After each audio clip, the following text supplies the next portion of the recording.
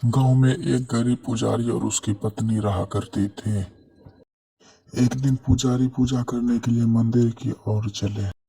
जब पुजारी जी पूजा कर रहे थे तब भगवान भोलेनाथ प्रकट होके उन्हें कुछ बोले। तुम्हारे गांव में गरीबी और भूखमरी छाई हुई है, इसलिए मैं तुम्हें ये धन देता हूँ, इससे तुम गरीबों का कुछ मदद कर देना।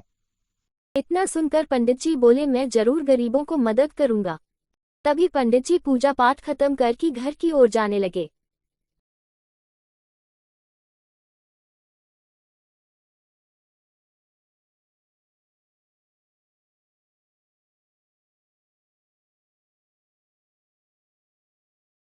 तभी पंडित जी घर पर पहुंचकर अपने पत्नी को बोले, सुनो भाग्यवान, देखो भगवान भोलेनाथ ने कितना सोना जवाहरात दिए हैं और कहे है कि गरीबों को मदद करना, मगर ये तो मेरे पूजा पाठ का फल है, भला मैं क्यों धन दान दूं। तो उसकी पत्नी ने बोले कि तो फिर इतना सारा धन का हम करेंगे क्या।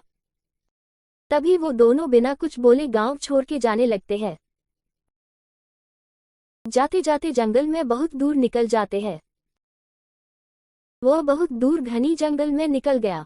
जंगल में बहुत दूर जाने के बाद उसकी पत्नी बोलती है, सुनो जी, अब मुझसे चला नहीं जा रहा है, हम आज रात यही कहीं गुजार लेते हैं। तो उसके पति बोलते हैं, हाँ हाँ, थोड़ा दूर और चले, कहीं आराम करने की अच्छी जगह मिल जाए। नहीं नहीं, अब मुझसे चला नहीं जा रहा है, मैं तो बोलती हूँ आज रात यही गुजार लेते हैं। इतना कहकर वो दोनों जमीन पर वही लेट गए और वही सो गए। रात के अंधेरे में घनी जंगल के बीच सुनसान रास्ते से एक आदमखोर उस गुफा के अंदर जा रहे थे, जिस गुफा में पंडित जी और उसकी पत्नी सोई हुई। अरे, आज का खाना मेरे गुफा में ही मिल गया, आज तो मन भर खाऊंगा, और वो भी इंसान का मांस, हा हा हा। भयानक आवाज सुनकर दोनों को आंख खुल गई और वो दोनों डर गए। आज तो दो दो मानुष का मांस खाने को मिलेगा। नहीं नहीं, मुझे मत खाओ, मैं नहीं जानता था कि ये गुफा तुम्हारी, वरना कभी नहीं यहाँ रुकता, मुझे माफ कर दो, मैं अभी ये से चला जाता हूँ। नहीं नहीं, तुम क्या मुझे मूर्ख समझते हो कि घर आया हुआ खाना को छोड़ दूं?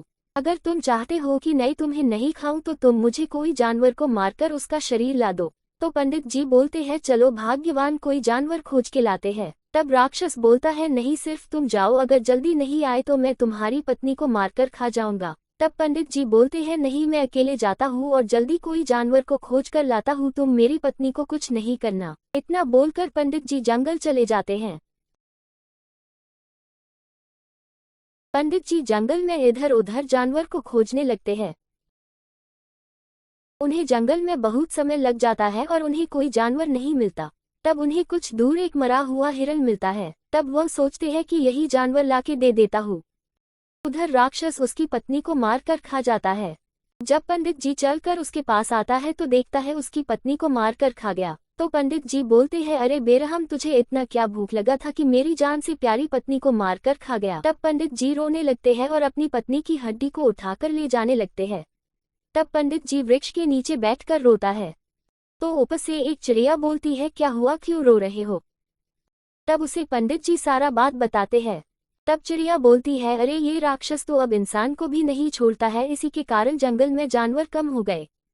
तो चिड़िया बोलती है, यहाँ से बहुत दूर एक तांत्रिक रहते हैं, अगर तुम उसके पास जाके प्रार्थना करोगे तो तुम्हारी मदद जरूर करेंगे।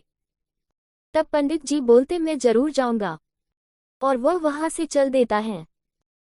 जंगल में बहुत दूर जाने के बाद आखिरकार पंडित जी उस तांत्रिक के पास पहुंच जाते हैं और अपनी सारी बात बताते हैं। तब तांत्रिक गुस्सा होके बोलते हैं, पापी, तुमने बहुत बड़ा पाप किया है, गरीबों को भूखा मारा है, उसी का पाप तुम्हारी पत्नी को मिला है। यहाँ से जाओ, मैं तुम्हारी कोई मदद नहीं करूंगा, तुम पापी हो और मैं किसी पापी को मदद नहीं करता। तब वह बहुत उनके सामने विनती करने लगते हैं। तो तांत्रिक उन्हें एक जल से भरा एक लोटा देते हैं और बोलते, इस लोटे का जल कुछ उस राक्षस पर फेंक देना और उसके बाद अपनी पत्नी पर थोड़ा जल छिड़क देना। तब पंडित जी वहां से जल्दी जल्दी जाने लगते हैं और वहां पहुंचकर पंडित जी सबसे पहले राक्षस पर जल फेंक देते हैं और उसके बाद अपनी पत्नी की हड्डी पर, जिससे राक्षस वही मार जाता है और उसकी पत्नी जीवित हो जाती है और वो दोनों वहां से चले जाते हैं।